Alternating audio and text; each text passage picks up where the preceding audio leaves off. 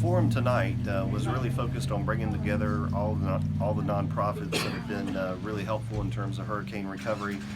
We also had Director of State Emergency Management Services, Mike Sprayberry, here to give an overview of what's taking place at the state level and progress that is being made. And of course, when you have a storm of the nature of Hurricane Florence, it takes a long time to recover. The federal programs that are in place are primarily designed to enable you to survive, not get back to a full recovery.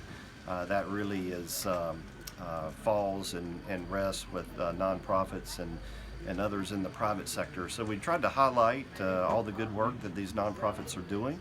I was pleased that there were a number of folks here that attended that were able to get some of their questions answered by various folks with the nonprofits.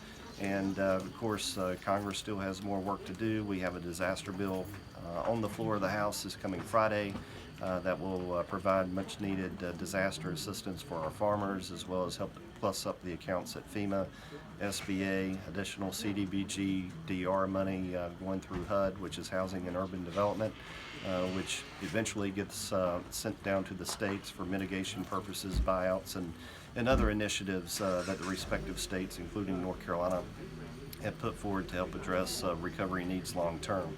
But that's a slow process. You got to go through all the rules and regulations. It takes a good little while to get that money to the states, and it's quite frankly a real frustration for members of Congress like myself who helped appropriate the money in some cases a couple years ago for Hurricane Matthew, and in the case of Hurricane Florence immediately after the storm in September.